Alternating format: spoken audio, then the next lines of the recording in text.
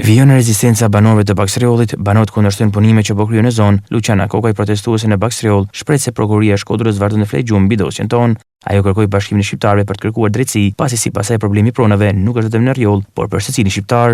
Në Rjollit janë 70 të toka vetë, mbrojt tokën e të parëve.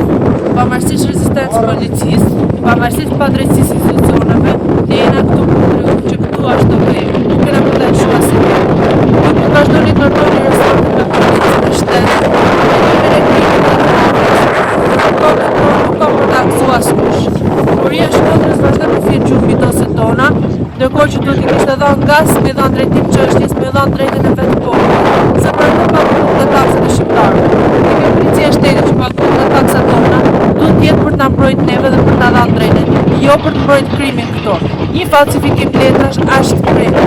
Policia e shtetit është utilizuar për të mbrojtur një falsifikator letrash. Kjo është një gjë që është e paprecedent në ndonjë si vend të shteteve të Europës, në vetëm në Shqipëri që pretendojmë të bëjmë pjesë të Bashkimit Evropian, por me këtë polici me këtë shtet fatkeqësisht s'kena për ta pakur.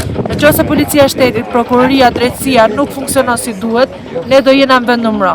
Prandaj është nevojë që gjithë shqiptarët bëhen bashkë për me gjetë drejtësi, për me dhënë të drejtën e popullit. Prona nuk është vetëm i problemi i Rjollit sot, që e kena ne nder. Është problemi i gjithë secilit shqiptar, nuk ka një familje shqiptare që nuk ka një problem me pronën. Prej 2 muajsh, banorët e Baksriollit vijojnë në protestet e tyre ndërkohë mungon një zgjidhje nga ana e institucionit përgjegjëse.